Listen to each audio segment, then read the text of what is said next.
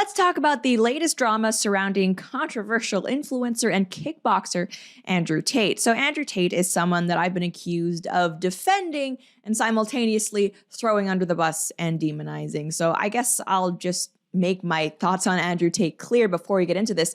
He is, as many of us are, a mixed bag. There are things that Andrew Tate says in terms of young men developing their strengths and their passions that I agree with and that I think is needed, because there aren't many public figures out there who are speaking to young people, young men, and saying, hey, it's okay to be masculine. In fact, it's something you should embrace. It's something you should work toward. And so many young men especially are really in need of that right now. So I think that can actually be a positive thing. However, there are things that he has said, especially older clips about women, that I do not condone or agree with. And I'm also not a fan of the fact that he used to run a webcam business. As a Christian, as a conservative, I just don't think pornography is what our society needs. It's not good for women. It's not good for men. Now, granted, he no longer runs that webcam business, but he has also been unwilling to condemn his former involvement with that. He basically says, well, I did what I had to do. It wasn't illegal. Shouldn't be a big deal. He is someone who I think has changed over the years. He's been in the public spotlight for quite a while now, and it seems like he is, I guess, living I don't want to say more conservative lifestyle, but he doesn't at least seem to be engaged in, spreading online pornography. So that's a step forward. But overall, he's someone who people are very keen to ask you whether you support him or not. And if you ask me, it's not that simple. And if you actually want a deeper understanding of who Andrew Tate is, especially what he stands for now, I recommend you watch his interview with Candace Owens. It's a long one, but I think it was really interesting. Now, with all that in mind, obviously the big news surrounding Andrew Tate is the fact that he is currently facing charges in Romania related to human trafficking and rape. And this is all having to do with that webcam business I mentioned he used to run. Now, he definitely ran and was involved in it, but the question is whether the women, or at least some of the women who were part of that enterprise, were there willingly or not. Tate insists that, hey, any woman who was there, she fully wanted to do it. I wasn't coercing anyone. This was consensual. And even some of the women who are named as victims, strangely, in those charges say, yes, this was totally of our own free will. No one was being held hostage or anything like that. The Romanian government, obviously, though, disagrees. And obviously, this case hasn't actually gone to trial yet. We are still waiting to see what some of the alleged evidence they have against Andrew Tate is. But the other day I saw this headline trending and I thought it was very interesting. It immediately got my attention, which I think was the point. From the BBC, it says, Andrew Tate chats in a war room suggests dozens of women groomed. Isn't that interesting? Are they saying that they have evidence now that Andrew Tate groomed a further dozen more women than was initially thought? Similarly, when talking about this same story, the Daily Beast chose this headline: 45 new victims allegedly ID'd in leaked chats from Andrew Tate's war room. Wow. So we are saying that there are actually 45 new women that Andrew Tate groomed. That's terrible. That's awful. However, as I quickly discovered upon reading these articles, as is so often the case nowadays, those headlines weren't exactly accurately representing the story in question. Because you see, what these journalists are talking about here isn't the idea that Andrew Tate actually groomed like 45 women and there are chats supporting that idea.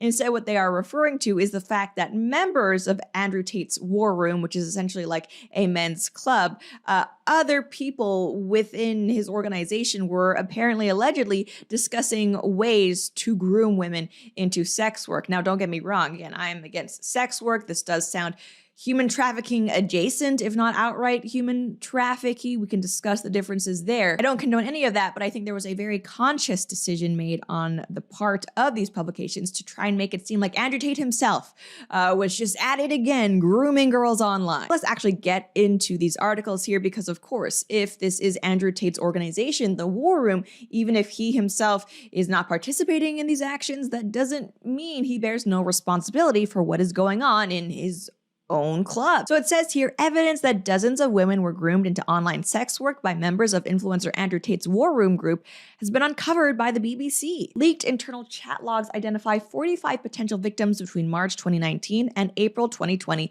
but the total number is likely higher. It says these texts also appear to show the techniques used by War Room members to exploit possible victims. And it says Mr. Tate denies any wrongdoing and says he is prepared to defend his innocence. Again, the wording here is kind of vague, and I think purposefully so. I'm pretty sure that the goal here is to confuse readers into believing that perhaps Mr. Tate personally was responsible for allegedly grooming these 45 women. It says a statement issued by his press officer said the BBC's findings represent another brazen attempt to present one-sided, unverified allegations against him. And now it goes into explaining exactly what the War Room actually is. It says the War Room, which costs $8,000 a year to join, is a network of powerful men and those who want to learn from them. The War Room promotes self-discipline, motivation, and confidence building whilst giving members access to thousands of professionals from around the world who encourage personal responsibility and accountability, emphasizing the importance of taking ownership of your choices and actions. Now, at face value, I don't have any problem with this type of, I guess, organization. I know there are different male influencers who have similarly tried to promote almost like a club amongst their followers, people who are similarly dedicated to a certain lifestyle, a certain ideology or way of thinking, and they can all help each other and also help each other grow or reach certain goals. I think a lot of men, they are searching for that camaraderie, that purpose. And now I'd caution any man against looking up to an influencer or someone like Andrew Tate in what might be considered an idolatrous way. But hey, if you're just interested in networking with different men and maybe having some advice about different parts of your life, I think these types of men's groups are fine. I'm not one of those women who demands that women be allowed in all spaces. It's fine. You want to bro out online? Go for it. Where things potentially are toxic, though, is that it seems like there are perhaps some men in this group particularly who are interested in, at the very least, sexually exploiting women. The term human trafficking and grooming, I mean, they're thrown around a lot, but at the very least, I think if you are a Christian, if you are a conservative, even if you like Andrew Tate, you can't support this type of behavior. You see, it's explained here that leaked online chats indicate the War Room teaches members through its so-called PhD course. The initials stand for Pimpin' Hose Degree, How to Groom Women into Sex Work. Members are instructed by some of the War Room leadership, known as generals, to romantically seduce, emotionally manipulate, and socially isolate women before luring them into performing on webcams, often taking all or most of the money they make. And here we actually have some posts from the War Room that go into explicit detail as to how men can supposedly set up women to perform sex work so that they can get money from that. It says, we deliberately reduce attention and note if she chases. Then we set up a coffee date and execute a move to find out if she is willing to pay for our coffee and serve us. After that, it becomes a series of gradual steps to remove her entire support structure from her life. Then we punish her for a transgression, real or imagined, by having her get our name tattooed on her, leaving her family's home / apartment / town / even country, webcamming / stripping / walking the track for us, getting us girls, escalate, escalate, escalate. And it says after that, it becomes a series of gradual steps to remove her entire support structure from her life. And in this online class, if you can call it that, men are encouraged to ensure that they are the sole authority over different women. It says she doesn't even have a wallet. Why do I need one, daddy? I can't count it anyways. Isolating her from her family, friends, past is the kindest thing you can do for her if you are taking responsibility for having sole authority over her. Now look, if you ask me, do the behaviors explained here sound illegal? I would say no, although I'm not a lawyer, but it sounds like the goal here is to ensure that women are doing all of these things willingly. So I don't think they're being forced into anything. I guess that doesn't sound illegal. However, I think you'd be very hard-pressed to argue that it is not, at the bare minimum,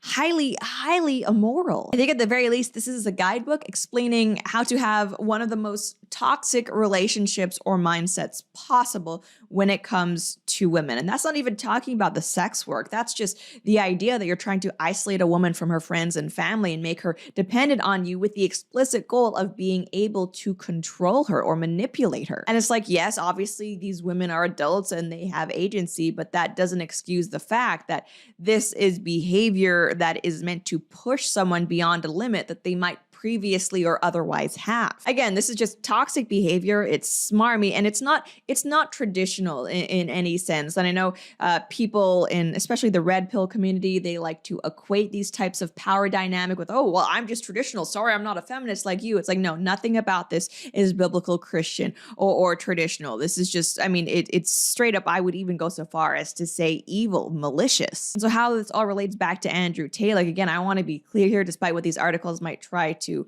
have people believe this is not Andrew Tate specifically who is encouraging this behavior or writing this, but at the same time, if Andrew Tate wants to distance himself from any allegations of grooming, sex trafficking, you name it, then he would be well served to ensure that this type of thing is not on his platform, is not part of his organization, and that people who are pushing it are trying to encourage women to leave their families and start webcamming so that these men can earn money off of them. No, he should make sure that this does not exist in the war room. That shouldn't be a controversial thing to say that, hey, if you have an online club or platform, it's probably a good idea to not allow discussion of sexual exploitation on it. I don't know.